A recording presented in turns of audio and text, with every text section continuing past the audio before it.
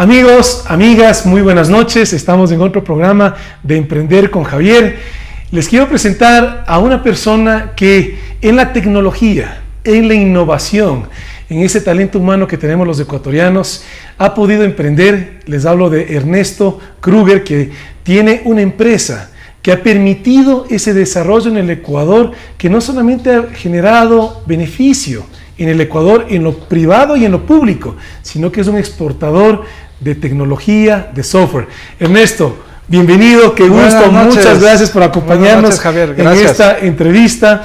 Y más que alargarnos en una presentación extensa, más bien quisiera que nos cuentes lo que tú estudiaste, cómo inicias en el emprendimiento y tus anécdotas de vida. Quienes nos miran en este programa, básicamente son personas que anhelamos que algún día emprendan.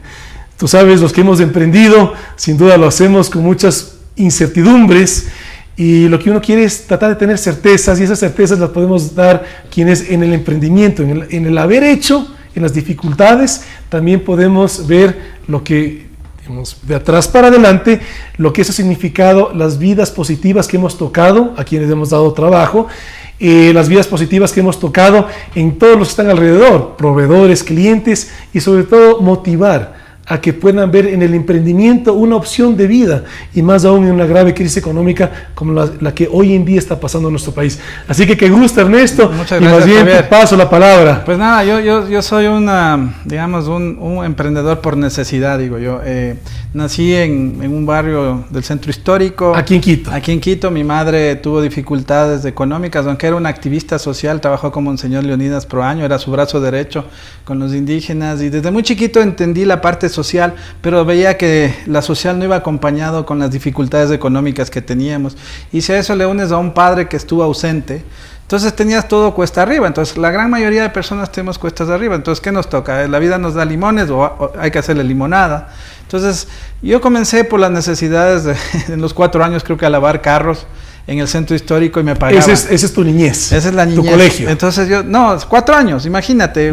A los 4 años de edad. Ya estaba limpiando carros y me ganaba carros. dinero. Y era un poco travieso también, que no te voy a contar lo que hacía, pero de alguna manera... Más bien cuéntanos. No, era un terrible, me robaba cosas. revistas de Calimán, y luego le pagaba al señor porque me daba cargo de conciencia, pero con el pago de los carros que yo hacía así nomás, ya me pagaban, ¿no? Era medio pionero en el tema, porque un niñito de 4 años es imposible en ese tiempo que esté... Pero bueno, al final eso es. Y luego comienzo a tener unas becas en un colegio aquí en Quito, el Pensionado Universitario, que era un colegio en cambio totalmente disruptivo, era el único colegio fiscal? Mixto. No, era pensionado, Pensionado. Se pagaba, pero era el único mixto en Quito, era de la Universidad Central, era un colegio totalmente fuera de, que es por la Granda Centeno arriba. Sigue existiendo. Sigue existiendo, ya tiene como 60 y pico de años. Y era un colegio que me dio las bases y me ayudaron la familia Jaramillo, que eran unas personas de ahí, me becaron. Y obviamente con esa beca yo pude estudiar, pero me di cuenta que el conocimiento era la clave de todo. ¿Qué significaba eso?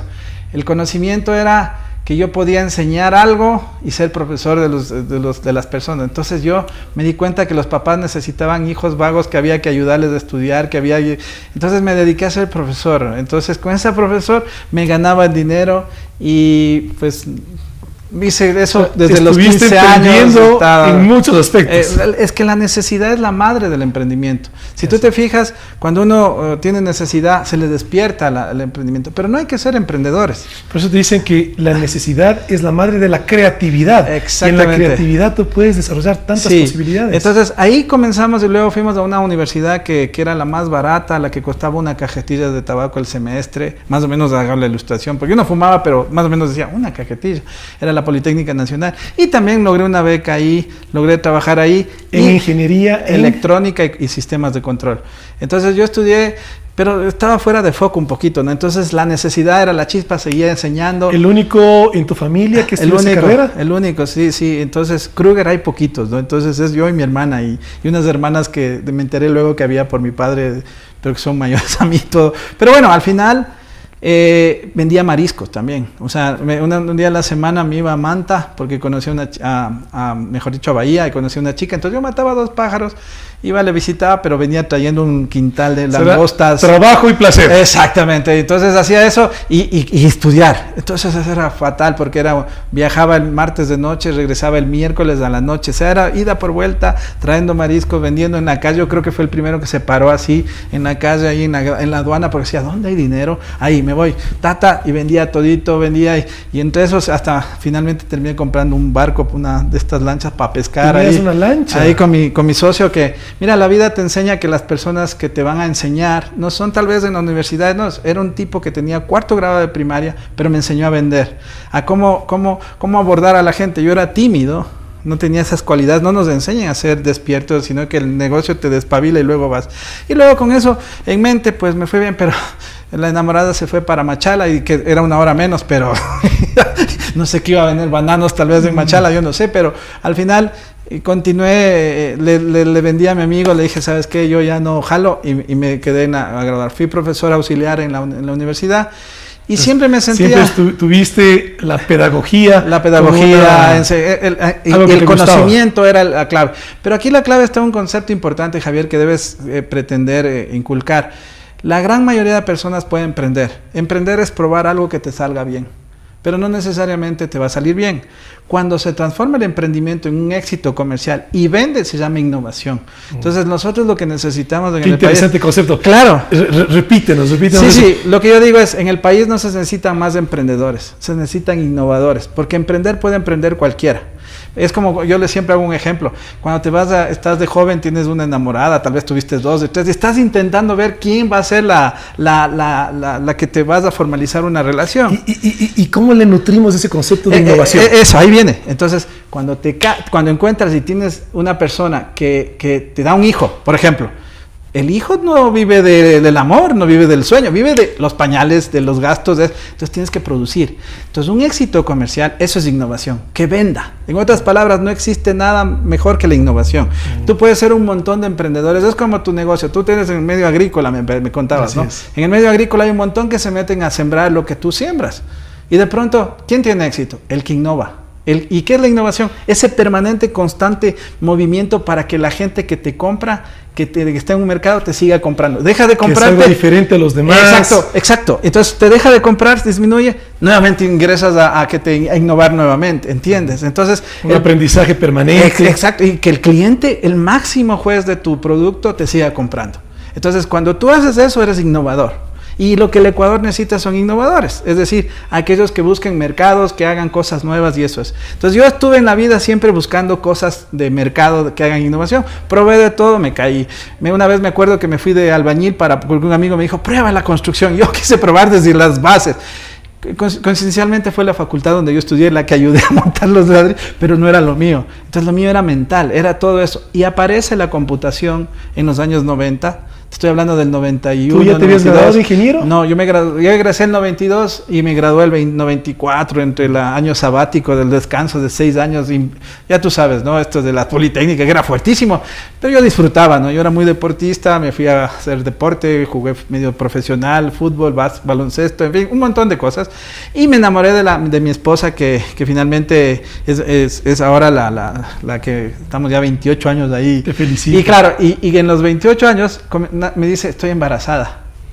Caramba, eso es emprendimiento, a hacer la innovación inmediatamente. Y calculaba, yo trabajaba en una empresita pero me di cuenta que tenía que hacer algo porque no me iba a alcanzar los pañales. Era carísimo, les digo, no, eso, yo que voy a estar lavando y todo, es práctico. Entonces, cuando te enfocas a eso, comencé a hacer un poco de servicios de tecnología, instalando cables, vendiendo computadoras, de todo un poco, pero tratando de innovar, metiéndome en negocios. ¿En qué trabajabas en ese entonces? No, yo mira, trabajé una sola vez en la Politécnica y unos meses en una empresa en Guayaquil, pero no era lo mío tener jefes, lo mío era crear, hacer cosas, y desde ahí fui independiente. Ahí fui a ese colegio que un día fui a retirar un título de mi hermana. Me dicen, tú que eres ingeniero, es como cuando dicen, tú eres ingeniero eléctrico, arréglame la plancha. Entonces ahí me dicen, oye, tú eres ingeniero, ve, este software no funciona, arréglame. Yo, claro, sé de software, pero yo era de circuitos integrados, de microprocesadores, de cosas de ese estilo, control industrial, y me dicen que arregle un software.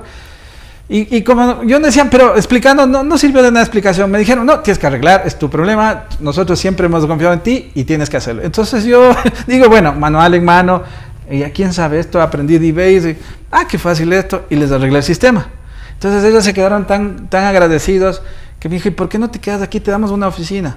Y factúranos, y luego yo seguía dando servicios, y me acuerdo que en una empresa que de un señor Aladar Horvat me dice, facture el servicio que usted hace, y yo decía, hijo, ¿cómo se hace la factura? Imagínate, no era tan formal, y entonces Kruger es un apellido de marca, ponle Kruger, y yo bueno, le puse Kruger, facturé como Kruger, y nace Kruger y Asociados sin nadie, ¿no? ¿Hace cuántos años? 28 años, 29 y años. Con un solo funcionario empleado que era yo. Después en el colegio que tenía mi oficina, una madre de familia me dice, mijito, le encanta esto y usted está haciendo esas cosas raras, venga. Y le dije, venga, que pasante, y luego 2 pasantes, y luego 3 pasantes, y luego 4. Y yo comencé a hacer un poco de trabajos y me metí al mundo de las telecomunicaciones con una empresa que se llama Equatronics, que daba servicios a los canales, así como este. Y me hicieron que ayude y me metí a este. Y después, muy avezadamente, ya dije, si puedo ya hacer un software para un colegio, puedo hacer para una empresa, para un conjunto de empresas, para un país, para el mundo. Y nació una visión de hacer eso, y lo hice. Después de eso... Hoy en día Kruger exporta software, sí, exporta tecnología. La mitad de nuestra facturación está en el extranjero. ¿Cuántos países? 14 países. 14. Y todo, ¿cómo comenzó? No tenía yo un asistente, no tenía una oficina, más que ese sitio que era ahí arriba. Entonces yo dije, usemos la tecnología. Conseguí un beeper y era mi secretaria. ¿Te acuerdas de esos beepers? Claro, Pipi, doctor, tal, véngase. Entonces con eso ya estructuré el proceso de comunicación con la gente. Seguías innovando. Exacto. Usaba la innovación para acceder al cliente. Después, la computadora portátil más chiquita del mercado, que me costó le puse en una maleta.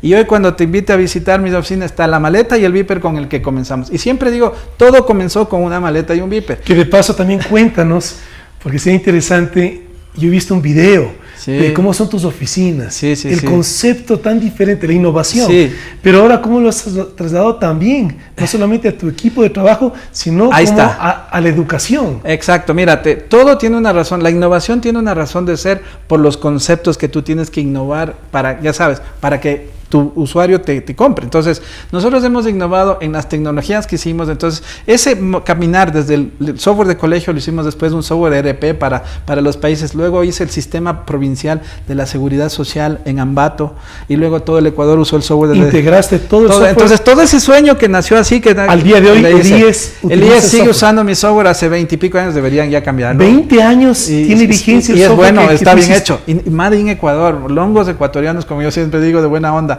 Y después hicimos un tema mundial. Yo conocí a Donald Trump, vino acá a hacer el Miss Universo. Ahí estuvo doña Iván Baki, nuestra embajadora. Nuestra embajadora, y nos hicimos, me dice, Ernesto, usted es el único que puede resolvernos esto. No había sistema de entradas para la venta de entradas a todo lado. Decían, ¿y cómo no tienen una venta no hay e-commerce? Para ellos no era. Me hice el Tomer, conectemos con Diner, un poco de cosas. Fuimos del primer e-commerce, vendió $2 millones en los boletos y cumplí mi sueño en el 2004, que fue este concurso. Entonces, todo eso, ese caminar fue sueños, desafíos y hacer eso. A partir de ahí nos comenzó a ver un poco de cosas, innovamos a nivel de entender que nosotros fuimos exitosos, pero nos tomó muchos años. Entonces había que devolver a la sociedad con algo. Entonces comenzamos a pensar y dijimos, hay que hacer una aceleradora, una incubadora que englobe a estas empresitas pequeñas y que estas empresitas pequeñas de alguna manera sean apoyadas por alguien. Y eso fue el germen de todo ese ecosistema de emprendimiento, ahí sí no es de innovación, sino emprendimiento, pruebas, de errores, pruebas de esto. Y a la par de esto, tú tenías que entender que los empleados, las personas, también tienen que ser innovadas para que sean atractivas, para que produzcan. Entonces, mi hija me dijo, no quiero trabajar contigo, papá. Y yo, 15 años de ella, yo pálido, porque es mi única, la favorita, por supuesto, porque es la única mujer. ¿Tienes cuántos hijos? 4, y mi hija es la favorita. Una hija, 3 varones. 3 varones. Esos son unos terribles todos, pero muy queridos todos, pero la hija era la favorita. Y me dice, papá, no voy a trabajar contigo, jamás. Entonces yo digo, ¿por qué? Papá, es muy serio la oficina, no hay colores, no hay nada de juegos, es feo. Y teníamos un garaje que se hizo una casa de 4 pisos, pero estábamos ya pensando, compramos un terreno al frente para hacer un edificio. Y el edificio dijimos, y comienzo a entender que había una tendencia que se llamaba millennials. Y yo decía, ¿y qué son esos? ¿Cómo se come? Y comienzo a leer, me gusta mucho leer, investigar, y entendí que hay que darles ambientes lúdicos. Y claro, Oye, después me dijeron que me estaba volviendo loco, pero eso es un poco al principio, pero después ya es normal. Que vamos a hacer toboganes de entre pisos, que vamos a hacer juegos, que vamos a poner mesas de ping-pong, que son las mesas de reuniones, que vamos a poner una de billar ahí en medio del sitio, que va a ser una red a 4 metros. Todo esto lo tienes. Lo tenemos a 4 metros de altura para que se curen del espanto cualquiera que caiga ahí.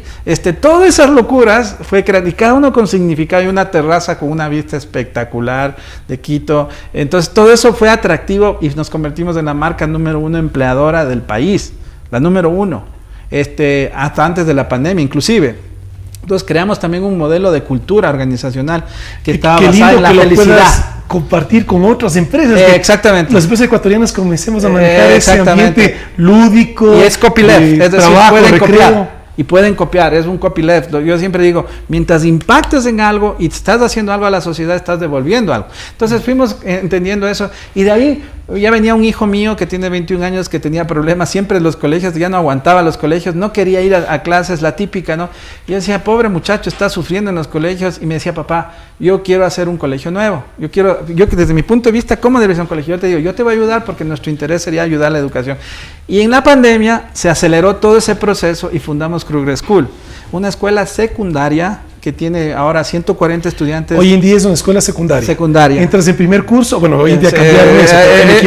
Eso no me de queda a mí primer tampoco. curso a sexto curso. A sexto curso. Entonces, esta enseñanza es muy disruptiva. Les enseñamos a los estudiantes cosas prácticas. Les digo, y no entregas un cosas. Título que está válido por el Ministerio de Educación. Sí, después de nosotros primero hackeamos el sistema. No queríamos el Ministerio, nos vale un pepino el Ministerio de Educación. Cuéntanos esa anécdota. Al final dijimos, no, vamos a tener permiso de Estados Unidos, y luego que legalicen, ¿no? Y nos lanzamos así con los muchachos, 23 padres de familia creyeron en nosotros, y después 140, y hoy tenemos más de 100 en espera, 100 y ha sido un éxito brutal. Ayer me contaban que hay un TikToker que es del heladero o algo así, hicieron un helado sabor de Kruger School, y muy simpático. Entonces basaron toda su estrategia en TikTok, y el modelo de negocio no está basado en un tema de hacer dinero, sino era un tema de regalar el software a los niños que vimos en los árboles y para modificar la educación. Entonces queríamos hacer algo, pero a partir de eso también nos dimos cuenta que debíamos ser sostenibles.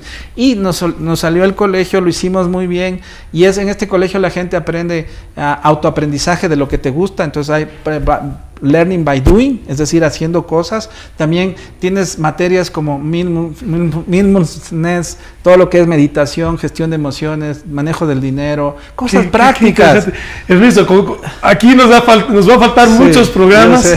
Lamentablemente el tiempo es un limitante, pero has emprendido e innovado. Eso es lo importante. En ventas, has emprendido e innovado en tecnología, has emprendido e innovado en educación. Sí. ¿Qué mensaje nos puedes dejar a quienes vean este programa en los diferentes rangos de edades? Porque también es un paradigma que a veces tenemos, que para emprender tienes que, desde el inicio, ¿no? Uno puede emprender a cualquier edad, pero ¿qué mensaje entre el emprendimiento y la innovación, qué mensaje nos puedes compartir? Sí, mira, yo siempre digo este mensaje muy cortito: sueñen. Primero hay que soñar, pensar, y luego lo imposible solo tarda un poco más. En otras palabras, nada es imposible cuando uno quiere. Y la actitud de las personas es como, o te sientas a llorar o te sientas a crear, no hay más. Y si te sientas a crear, te vas a patalear, porque muchos pensarán que el éxito ha sido así, ¿no?